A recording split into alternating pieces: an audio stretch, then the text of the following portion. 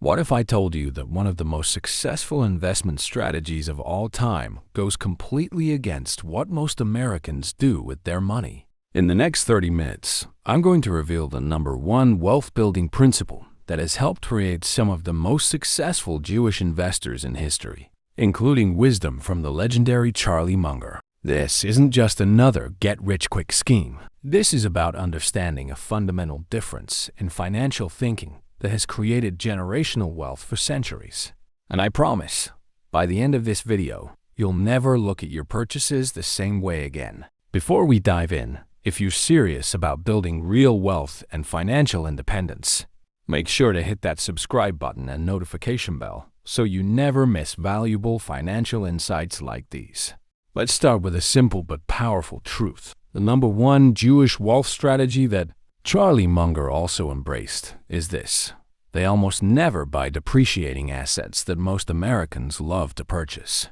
This might sound simple, but understanding this principle deeply can completely transform your financial future. Think about it. What do most Americans spend their hard-earned money on? New cars, the latest electronics, luxury clothes, and other status symbols that start losing value the moment you purchase them. These are what financial experts call depreciating assets, things that decrease in value over time. In contrast, many successful Jewish investors throughout history have focused almost exclusively on acquiring appreciating assets, investments that gain value over time. This includes income-producing real estate, business ownership, stocks in quality companies, and investments in education and skills.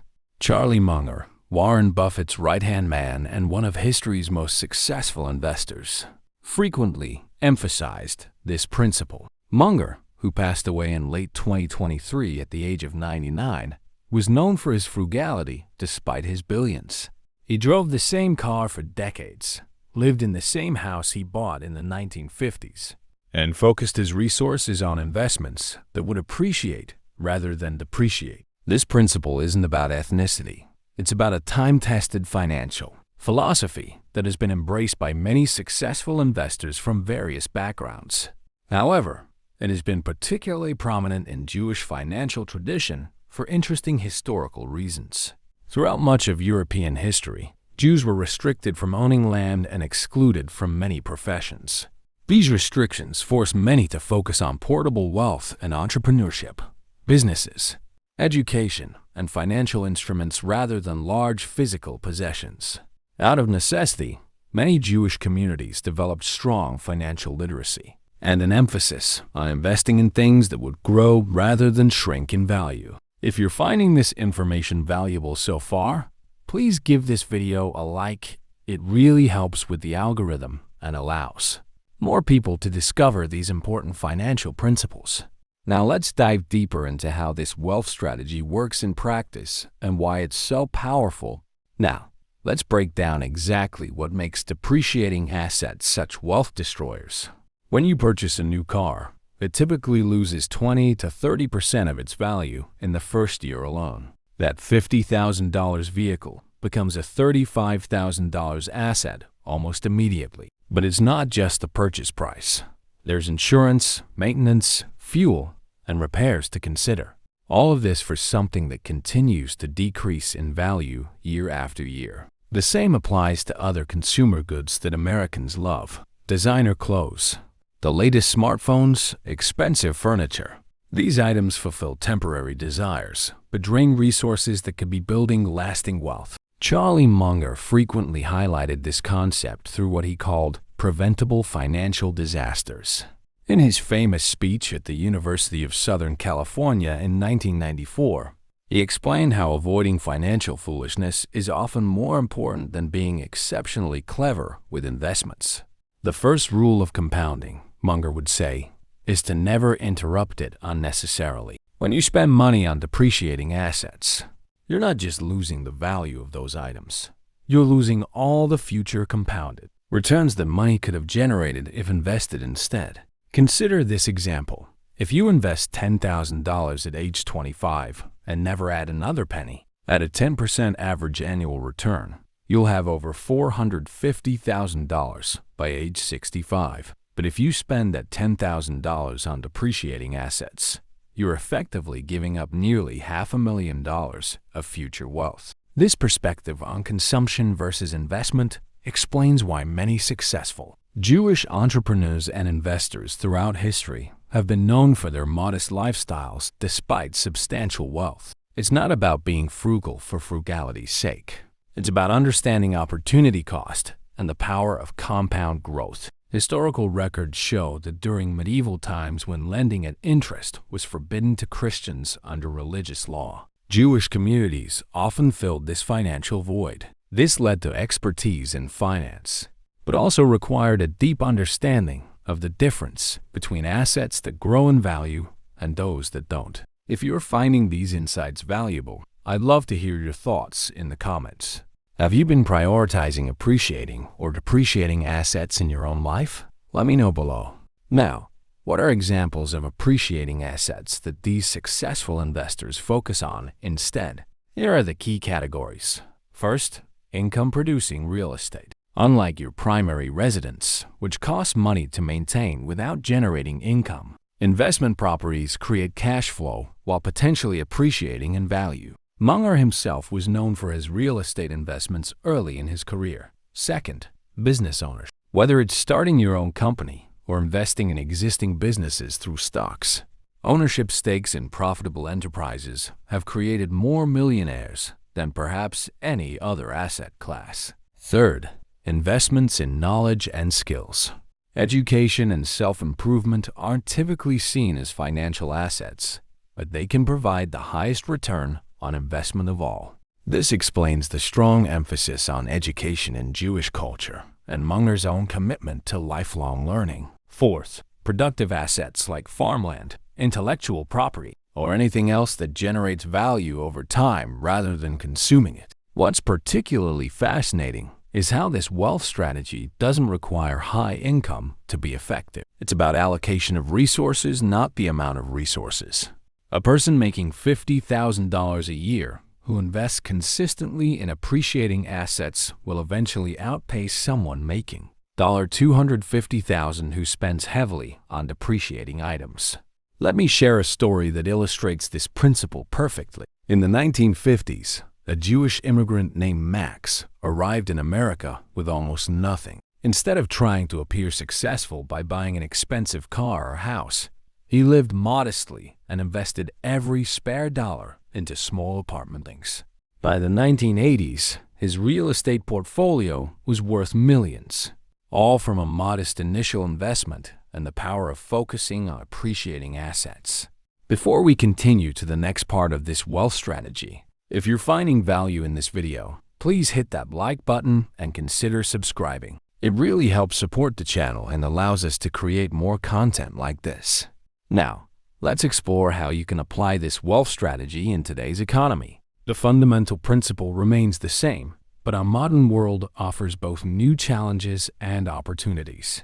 First, recognize that we're constantly bombarded with advertising designed to make us desire depreciating assets.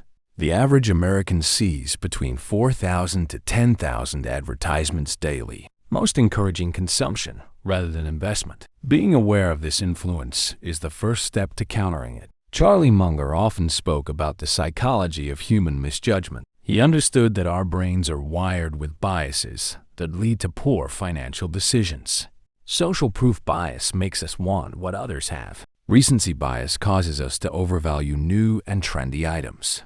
Understanding these psychological tendencies can help us resist the urge to spend on depreciating assets.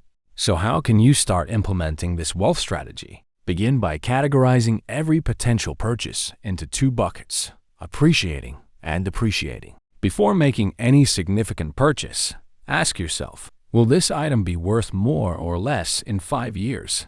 If the answer is less, consider if there's an alternative way to meet the same need while preserving your wealth-building capacity. This doesn't mean living a life of extreme deprivation. Even Charlie Munger acknowledged the importance of certain quality-of-life expenses.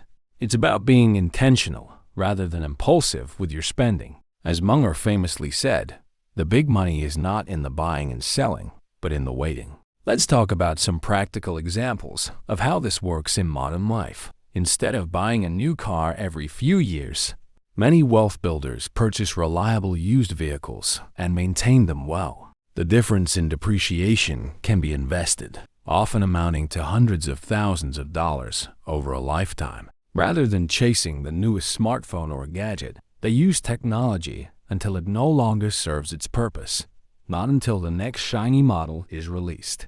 When it comes to housing, they're careful not to overextend with too much house, recognizing that while real estate can appreciate, an oversized mortgage creates financial strain and limits investment capacity. What's fascinating is that studies show the wealthiest quintile of Americans actually spend significantly less on visible status symbols than those in lower wealth brackets. This pattern of focusing on appreciating assets rather than status consumption is particularly strong in self-made millionaires and billionaires. Warren Buffett, Munger's longtime business partner, still lives in the same house he bought in 1958 for $31,500. Mark Zuckerberg is known for wearing basically the same outfit every day. These aren't random choices. They reflect a deliberate decision to focus resources on wealth building rather than consumption. This approach also provides tremendous psychological benefits.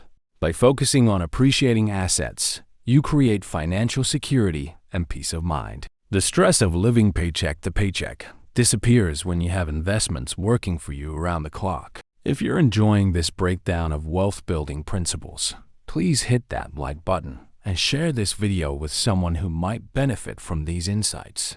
Your engagement helps us reach more people with this valuable information. Now, let's address some common objections and misunderstandings about this wealth strategy. Many people believe that focusing on appreciating assets means sacrificing all present enjoyment for future gain. This is a mischaracterization. The strategy isn't about never spending money. It's about being intentional about where your money goes and understanding the long-term consequences of those decisions. Another misconception is that you need a large sum to start investing in appreciating assets. In reality, many of today's millionaires began with small, consistent investments. The power is in the habit and the time horizon, not the initial amount. Let's address a critical question. How do you make the transition from a consumption-focused lifestyle to one centered on building appreciating assets? This process doesn't happen overnight, but it can be accelerated by understanding a few key principles. The first principle is what Munger called inversion, thinking backwards from your goals. Rather than asking, "How can I afford this luxury item?" ask, "How will this purchase affect my long-term financial independence?" This simple change in perspective can transform your financial decisions. A second principle is understanding the concept of enough. Many Americans fall into the trap of hedonic adaptation, the psychological phenomenon where we quickly return to our baseline happiness despite new acquisitions. No matter how much we buy, we soon want more. Recognizing this treadmill allows us to step off it and focus on what truly brings lasting satisfaction. Throughout history, many Jewish financial traditions emphasized the concept of enough through teachings about gratitude and contentment. This wasn't about settling for less, but rather recognizing that endlessly pursuing material goods rarely leads to fulfillment. Charlie Munger embodied this philosophy perfectly. Despite his wealth, he famously said, "The idea of caring that someone is making money faster than you are is one of the deadly sins." Envy is a really stupid sin because it's the only one you could never possibly have any fun at. He understood that comparing your consumption to others is a recipe for financial ruin. Let me share a powerful story that illustrates this principle in action. In the 1980s, two friends graduated from the same business school. One immediately purchased an expensive luxury car and a large house to project success. The other drove a modest vehicle and lived in a reasonable apartment, investing the difference in the stock market and rental properties. 20 years later, the first friend had an impressive lifestyle but little net worth. The second had become financially independent, eventually quitting her corporate job to pursue her passions without financial worry. If this story resonates with you, hit that like button and share your own experiences in the comments below. I'd love to hear how you're implementing these principles in your own life. Now, let's discuss specific asset categories that tend to appreciate over time. Understanding these options gives you a roadmap for redirecting resources that might otherwise go to depreciating purchases. First, equities or stocks. Charlie Munger and his partner Warren Buffett built Berkshire Hathaway into one of the most successful investment vehicles in history by purchasing quality businesses at reasonable prices. The S&P 500 has returned an average of about 10% annually over the long term. Even a simple index fund investment strategy has created tremendous wealth for disciplined investors. Second, real estate continues to be a powerful wealth-building tool. While there are market fluctuations, well-selected properties in growing areas have historically appreciated over time. Additionally, they can provide cash flow while others pay down your mortgage. Third, building your own business.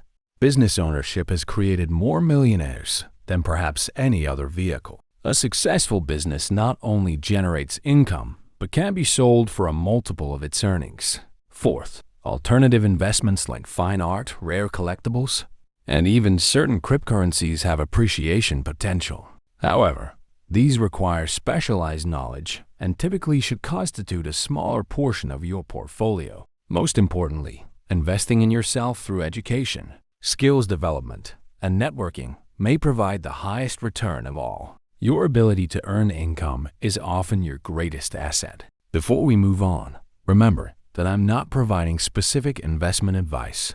Everyone's situation is unique, and it's important to do your own research or consult with a financial professional before making investment decisions. What many people fail to realize is that wealth building is as much about the passage of time as it is about the selection of assets. This is where the concept of time arbitrage becomes crucial, something both Charlie Munger and many traditional Jewish investors understood deeply. Time arbitrage means taking advantage of the fact that most people think in terms of short time horizons, while the truly wealthy think in decades or even generations. Munger often pointed out that his best investments look terrible in the short term, but exceptional over long periods. This patience is a hallmark of generational wealth building. In Jewish tradition, there's a concept called law of Vitter, from generation to generation, which embodies this long-term thinking about wealth. It's not just about creating wealth for yourself, but establishing financial foundations for future generations. This perspective naturally leads to focusing on assets that appreciate over very long time periods. The psychological challenge of implementing this strategy shouldn't be underestimated. We live in a culture of immediate gratification, where the social reward for displaying wealth through consumption is immediate, while the benefits of investing are delayed and often invisible to others. To overcome these psychological barriers, many successful wealth builders create systems that automate their investment process. They pay themselves first, directing money to investments before it ever hits their spending accounts. They surround themselves with like-minded individuals who value financial independence over conspicuous consumption. Let me share another powerful strategy used by many wealth builders: focusing on the gap between your income and your spending, rather than just trying to increase income. If you earn $100,000 but spend $99,000, you're ultimately less financially healthy than someone earning $70,000 and spending $40,000. This focus on savings rate rather than absolute income is transformative. Charlie Munger referred to this as playing defense in your financial life before focusing on offense. In a famous speech, he said, "The first rule of compounding is to never interrupt it unnecessarily." By keeping your expenses significantly below your income, you ensure that compounding can work its magic over time. This brings us to an important distinction: wealth versus the appearance of wealth. Many Americans spend heavily to create the impression of prosperity, while actually undermining their true financial position. This distinction was perfectly captured in the book The Millionaire Next Door, which found that many actual millionaires live in middle-class neighborhoods and drive modest cars. If you're finding these insights valuable, please take a moment to like this video and subscribe to the channel. Your support helps us continue providing this kind of content. Now, let's discuss some specific techniques to transition from a consumption-focused lifestyle to one built around appreciating assets. First, implement a waiting period for major purchases. Instead of buying immediately, give yourself 30 days to consider whether an item is truly needed or just wanted in the moment. This simple cooling-off period can dramatically reduce impulse spending on depreciating assets. Second, practice gratitude for what you already have. Research shows that regularly acknowledging the good in your life reduces the desire for additional material possessions. This isn't just spiritual advice, it's practical financial wisdom. Third, calculate the true cost of ownership for potential purchases. That $40,000 car isn't just $40,000. It's also insurance, maintenance, fuel, and depreciation over its lifetime. Understanding the full cost makes the trade-off against investing much clearer. Fourth, adopt the mindset that you're not saving money, but rather investing it. This subtle shift changes how you view delayed gratification. It's not deprivation, but rather purposeful wealth building. Fifth, consider the rule of 72 when making purchase decisions. This simple math formula shows how long it takes money to double at different interest rates. If you invest $5,000 instead of spending it on a depreciating asset at a 10% return, it will become $10,000 in just 2 years, $20,000 in 14.4 years, and continue doubling. The beauty of this wealth strategy is that it works regardless of your current financial situation. Whether you're just starting your career or approaching retirement, shifting your focus from depreciating to appreciating assets can transform your financial trajectory. Charlie Munger exemplified this principle throughout his nearly century-long life. Despite having the means to purchase virtually anything, he maintained that the best thing a human being can do is to help another human being know more. He invested heavily in knowledge, businesses, and relationships rather than status symbols. Historical records suggest that many Jewish family businesses and investment portfolios survived for generations precisely because they maintained this discipline across market cycles and changing economic conditions. The focus wasn't on appearing wealthy through consumption, but becoming wealthy through disciplined investment. This isn't about cultural stereotypes. It's about timeless financial wisdom that anyone can apply. As Munger often said, take a simple idea and take it seriously. The simple idea here is recognizing the profound difference between things that grow in value and things that shrink in value. Let's summarize the key takeaways from this wealth strategy. 1. The fundamental difference between appreciating and depreciating assets is at the core of building lasting wealth. 2. Most Americans focus their spending on depreciating assets like new vehicles, electronics, and luxury goods that lose value immediately. 3. The wealthy, including Charlie Munger and many successful Jewish investors, prioritize appreciating assets like businesses, income-producing real estate, and investments that compound over time. 4. This strategy isn't about deprivation. It's about intentional allocation of resources toward what truly builds financial independence. 5. The psychological aspects of wealth building are as important as the technical aspects. Understanding concepts like enough, avoiding social comparison, and focusing on the long term. 6. You can start implementing this strategy today, regardless of your current financial situation, by redirecting resources from consumption to investment. What's most important to understand is that this isn't just about money, it's about freedom. Financial independence gives you the ability to make choices based on your values rather than economic necessity. It allows you to help others, pursue meaningful work, and leave a legacy that extends beyond material wealth. I hope this video has provided valuable insights into a wealth strategy that has stood the test of time. If you found it helpful, please hit that like button, subscribe to the channel for more financial wisdom, and share this video with someone who might benefit from these principles. What's one depreciating asset you're going to reconsider purchasing after watching this video? Let me know in the comments below. Until next time, remember that true wealth isn't about what you consume. It's about what you build that lasts. Thank you for watching, and I'll see you in the next video.